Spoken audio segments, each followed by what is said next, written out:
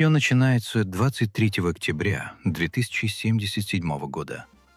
Солнечный Лос-Анджелес. Детский день рождения. Развлекает мелюзгу не абы кто, а сам Купер Говард, звезда вестернов. Пока он крутит лассо, взрослые напряженно шепчутся о ядерной угрозе. Купер болтает со своей дочкой Дженни и объясняет ей старый военный трюк с большим пальцем. Если гриб от взрыва меньше пальца – беги. Если больше, бежать уже некуда. Ирония в том, что проверить это пришлось почти сразу. Где-то вдалеке расцветает ядерный гриб. Ударная волна сносит окна, начинается паника. Гости пытаются прорваться в частный бункер, но хозяева их отстреливают. Добро пожаловать в новый мир. Купер хватает дочь, прыгает на лошадь и скачет прочь, пока город за его спиной превращается в радиоактивный пепел. Проматываем 219 лет вперед. Остатки человечества живут в подземных бункерах Волт-Тек, где якобы спасают американскую культуру. Знакомьтесь, Люси Маклин из убежища 33. Спортсменка, комсомолка и просто дочь смотрителя Хэнка. Люси очень хочет замуж, поэтому совет одобряет ее обмен с парнем из соседнего убежища 32. Свадьба, первая брачная ночь с неким Монти – все идет по плану. Но ее брат Норм чует неладное. Он пробирается в 32-е убежище и находит там разруху, трупы и надписи кровью. Сюрприз! Гости на свадьбе – это не соседи, а рейдеры с поверхности. Начинается жесть. Монти пытается убить Люси и бьет ее ножом, но наша девочка не промах. Она режет его стеклом, вкалывает себе стимпак, прямо как в игре, и бежит к отцу. В главном зале идет бойня. Рейдерша Малдейвер похищает отца Люси и утаскивает его на поверхность. Люси решает наплевать на правила. С помощью брата и кузена она открывает массивную дверь убежища и выходит наружу. Впервые в жизни она видит солнце и руины Лос-Анджелеса. Пустошь ждет. А тем временем на поверхности тусуется братство стали, военизированные фанатики, собирающие довоенные технологии. Мы видим их учебку. Курсант Максимус завидует своему другу Дейну, которого вот-вот повысят до оруженосца. Но случается несчастный случай. Дейн надевает ботинок, а там бритва. Нога в мясо. Все косятся на Максимуса. На допросе он признается, что хотел бы, чтобы это случилось, но бритвы не подкладывал. Начальство ценит его честность и повышает его вместо друга. Теперь Максимус – оруженосец рыцаря Титуса.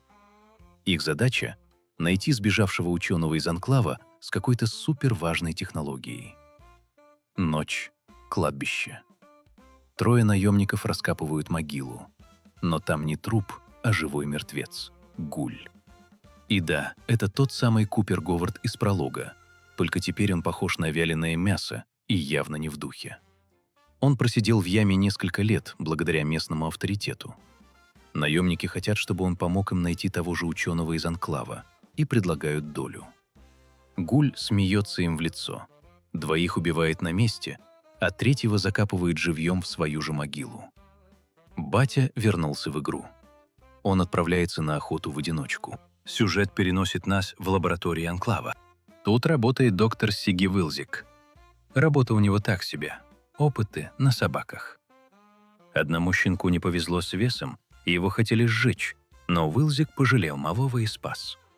Назвал его CX-404. Да, это та самая собака. И вырастил в тайне.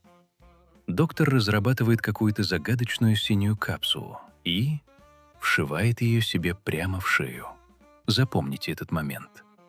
Коллеги палят его с собакой, но верный пес загрызает стукача.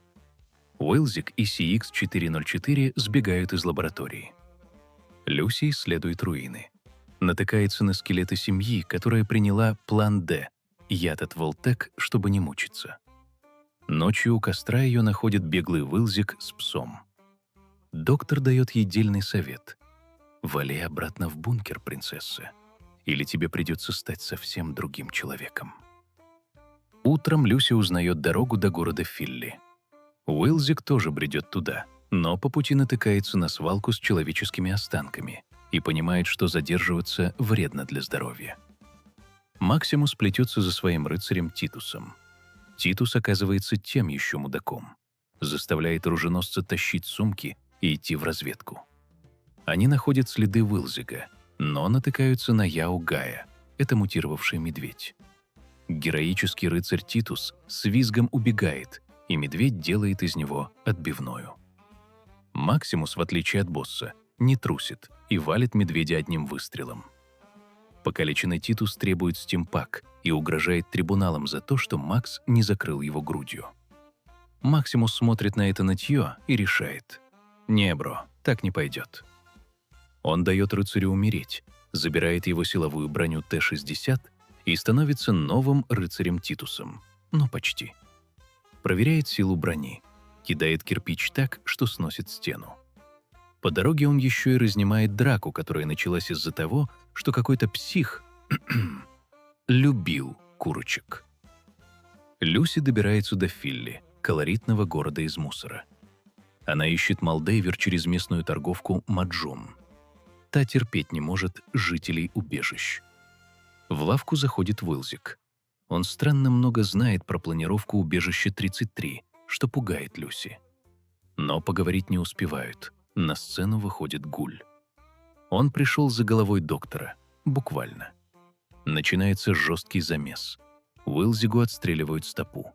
Собака пытается защитить хозяина, но Гуль ее ранит. Люси пытается отстреливаться, но Гуль слишком крут. И тут — бам! Влетает Максимус в силовой броне. Пока Максимус неуклюже махается с Гулем, опыта-то нет, Маджун говорит Люси: «Хочешь найти отца? Тащи доктора к Молдейвер». Максимус случайно нажимает не ту кнопку и улетает на джетпаке в закат. Гуль остается ни с чем, но лечит раненую собаку, чтобы та привела его к хозяину. В пустыне раненый Уилзик понимает, что не дойдет. Он говорит Люси, что уже принял яд. Его последняя просьба — отрезать ему голову и отнести ее Молдейвер. Якобы в этой голове ключ к будущему. Доктор умирает. Люси, сдерживая рвоту, берет пилу. «Добро пожаловать в реальный мир, Люси». Возвращаемся в прошлое. Купер Говард еще человек и снимается в очередном вестерне. Он спорит с режиссером, мол, негоже герою убивать злодея. Это не по-ковбойски. Чуть позже его жена Барб, которая работает в Волтек, подкидывает ему халтурку, чтобы спасти карьеру. Купер напяливает синий комбинезон и позирует для рекламы убежищ. В какой-то момент он показывает тот самый большой палец на камеру. Да-да, именно так на свет появился Волтбой. Улыбчивый парень с плаката списан с Купера. В настоящем Гуль находит обезглавленное тело доктора. Он дает псу CX-404 понюхать след и отправляется за Люси. А Люси тем временем добрела до затопленных руин Голливудского бульвара. И тут классика Fallout. Из воды выпрыгивает заглот, мутировавший аксолотль размером с грузовик, и сжирает голову доктора. Люси едва спасается, но тут ее берет на мушку Гуль. В городе Филли Максимус пытается починить рацию в броне. Денег нет, так что приходится буквально продавать свои зубы. Пока он возится, банда мусорщиков решает угнать его костюм. Макс сначала тупит, но потом берет управление на себя и превращает грабителей в фарш. По рации он докладывает братству, что Максимус погиб героем, а сам он — рыцарь Титус. Руководство присылает ему подмогу — нового оруженосца. Ирония судьбы — присылает Тедиуса, который издевался над Максом в учебке. Макс не вылезает из брони и знатно троллит придурка, заставляя его страдать. Но потом остывает, узнав, что Тедиус травил его просто за компанию, чтобы самому не огрести. Гуль использует Люси как червяка на крючке, привязывает ее и закидывает в воду, чтобы выманить заглота. План почти сработал, но Люси в панике рвет куртку Гуля, и об камни разбиваются его флаконы с живительной химией. Гуль в ярости. Эти препараты — единственное, что не дает ему превратиться в дикого безмозглого зомби. Он бросает собаку, мол, ты мне больше не нужна, и тащит Люси через пустыню, как пленницу. Люси молит о воде, но ковбою плевать. В убежище 33 свои разборки. Пленные рейдеры сидят в клетках, и никто не знает, что с ними делать. Норм, брат Люси, предлагает радикальный вариант — пустить их в расход. Его называют психом, но тут выясняется, что в убежище сломался чип очистки воды. Прямо как в первой части игры. Ресурсов мало, ртов много. Обстановка накаляется. Максимус и Тедиус добираются до Голливудского бульвара. На них нападает тот самый заглот. Чудище едва не глотает Тедиуса, но Макс вовремя его вытаскивает. В процессе мутант выплевывает все содержимое желудка и дохнет. И вот финал. Среди склизких внутренностей мутанта они находят собаку CX404, которая преданно вылизывает голову доктора Уилзига. Гуль продолжает тащить Люси через пустошь. По пути они заглядывают к старому знакомому Гуля, Роджеру. У того закончилась химия, и он на грани превращения в дикого зомби. Они мило болтают о прошлом. Роджер вспоминает вкус десертов и... бах! Гуль пускает ему пулю в лоб. Милосердие по-постапокалиптически. Но дальше хуже. Гуль начинает разделывать друг друга на ужин. Люси выворачивает, но голод и жажда берут свое. Ей приходится пить радиоактивную воду из лужи. Нервы сдают. Люси набрасывается на Гуля и в драке откусывает ему палец. Гуль не остается в долгу и хладнокровно отрезает палец ей. Око за око, палец за палец. В родном убежище 33 готовится к выборам нового смотрителя. Но Норму не до политики. Он подозревает неладное и подбивает кузена Чета пробраться в соседнее убежище 32. То, что они там находят, полный кошмар. Горы трупов. Но они не свежие от рук рейдеров, а гниют уже годами. Похоже, жители перебили друг друга в гражданской войне. На стенах кровью написано «Мы знаем правду» и «Смерть менеджменту». Но главный шок ждет Норма в конце. Он выясняет, что рейдеры проникли внутрь, используя пибой его матери, Роуз. Как он оказался у них? Лос-Анджелес. Гуль приводит Люси в заброшенный супермаркет. Там обитает Снип-Снип, свихнувшийся робот Мистер Помощник. Гуль буквально продает Люси роботу в обмен на кучу наркотиков, чтобы не превратиться в дикого. Сделка совершена, и Гуль тут же отрубается от ломки. Робот Снип-Снип оказывается вежливым маньяком. Он пришивает Люси новый палец взамен отрезанного, но тут же сообщает, что собирается выпотрошить ее на органы. Люси вырывается, обливает робота кипятком и случайно выпускает из клеток запертых диких гулей. На нее нападает почти одичавшая женщина-гуль по имени Марта. Люси приходится ее пристрелить. Это ее первое осознанное убийство. Она в шоке, но, уходя, совершает странный поступок. Оставляет лежащему в отключке Гулю-ковбою дозу его лекарства. Даже после всего дерьма она остается человеком. Гуль приходит в себя. Он закидывается препаратами, грабит логово робота и находит старую кассету со своим фильмом. Он смотрит на себя, молодого и красивого на экране. По привычке пытается сделать свой фирменный жест — выстрел пальцем. И с грустью понимает, что пальца-то на руке больше нет. Максимус и Тедиус празднуют победу над монстром. Макс даже ставит оруженосцу клеймо чести братства. Расчувствовавшись, он совершает глупость. Признается, что он не Титус, а простой парень, укравший броню. Тедиус юмора не оценил. Он паникует, выдергивает ядерный блок из костюма, отключая питание, и запирает Максимуса внутри железной статуи. Сам же убегает с головой доктора и собакой. Утром Макса находит Люси.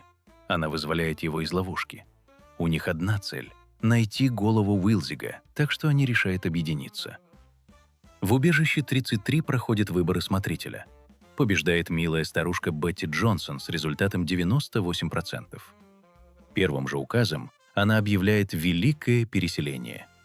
Убежище 32 отмыли от крови, и половина жителей должна переехать туда. Норм пользуется суматохой, взламывает компьютер 32-го и выясняет страшную правду. Все смотрители для обоих убежищ, включая отца Люси, десятилетиями поставлялись из таинственного убежища 31-го. Люси и Максимус набредают на гигантский кратер. Макс узнает это место. Здесь был город Шейди-Сенс, столица новой Калифорнийской республики. Именно здесь погибли его родители, когда город уничтожили. Для Люси это разрыв шаблона. Ей всю жизнь внушали, что на поверхности лишь дикари, а оказалось, что тут была целая цивилизация, пока ее не взорвали. По дороге парочка встречает двух странных путников. Люси, по своей наивности, пытается с ними договориться, проваливает проверку харизмы. Максимус чует неладное и открывает огонь. Оказывается, это были черти, местные каннибалы. В перестрелке Макса ранят в руку. Рана выглядит плохо. Они ищут аптечку и заходят в здание с вывеской «Медицинский центр». Но это ловушка. Их запирают, усыпляют газом, а просыпаются они в идеально чистом, живом и, казалось бы, уютном убежище 4. Снова прошлое. Купер Говард снимается в рекламе «Убежище 4». Там он знакомится с Бадом Аскинсом, скользким типом из руководства Волтек. Купер его на дух не переносит. Фирма Аскинса, Вестек, сделала бракованную силовую броню Т-45, из-за которой в битве на Аляске погибли друзья Купера. Позже на вечеринке Купер болтает с актером Себастьяном. Тот хвастается, что продал свой голос компании «Робко» для озвучки домашних роботов. Да-да, тот самый вежливый британский голос мистера-помощника — это он. Себастьян дает Куперу совет: забудь про искусство, просто стань продуктом. В настоящем Люси и Максимус осваиваются в убежище 4. Тут все очень демократично. Принимают всех с поверхности, многие беженцы из Шейди-Сенс. У смотрителя Бенджамина всего один глаз, но он сама любезность. Люси предлагает Максимусу заняться сексом. Ну а что, кровать мягкая, душ есть. Но Макс отказывается. Пока Макс кайфует от халата, горячей воды и телевизора, Люси начинает копать. Она находит класс с флагом НКР, Новой Калифорнийской Республики, и понимает, что здесь чтут историю уничтоженного города. Гуль просыпается в супермаркете, но уже в наручниках. Его повязали два шерифа от местного правительства. Да, именно с ошибкой в слове. Его приводят к президенту, местному царьку Сорелу Букеру. Тот предлагает работу. Гуль отказывается, и его приговаривают к смерти. Для Гуля это рутина. Он быстро убивает шерифов. Но перед уходом видит плакат «Разыскивается». На нем Молдейвер. Гуль в шоке. Он знает ее. Оказывается, 200 лет назад, еще до войны, Купер ходил на тайные собрания противников Волтек. Они обсуждали теорию, что корпорации невыгодно мир. Им нужна война, чтобы продавать бункеры. И лидером этих повстанцев была мисс Уильямс, молодая Ли Молдейвер. Вернемся в убежище 4. Люси попадает на жуткий ритуал. Жители раздеваются, мажутся пеплом, пьют кровь и молятся на Молдейвер, называя ее «матерью пламени». Люси сбегает на запрещенный 12-й уровень, и там находит настоящий хоррор. Лаборатории, где над людьми проводили эксперименты. Она видит видеозапись, где женщина рожает тех самых мутантов-аксолотлей, заглотов. В капсулах лежат беременные женщины в криосне. Вот откуда берутся монстры. Люси ловят. Смотритель и Бёрди окружают ее. А Максимус в это время счастливо жует попкорн у телевизора, даже не подозревая, что его подругу сейчас пустят на опыты. Гуль заходит на огонек к фермеру Адаму. Сидит, ест их еду. Когда дочь фермера долго не выходит к столу, Адам в ужасе думает, что Гуль ест ее. Но нет, дочь жива. Гуль просто играет на нервах. Ему нужна информация о Молдейвер. У Адама был старший сын, который на нее работал, но погиб. Младший сын, Томми, знает координаты. Гуль ставит ультиматум. «Говори, или я перебью всю семью». Томми раскалывается. Гуль получает инфу, но тут же философски замечает. Младший брат обязательно захочет отомстить за старшего. И чтобы не ждать мести в будущем, он просто пристреливает Томми на месте. Жестоко? Да. Практично?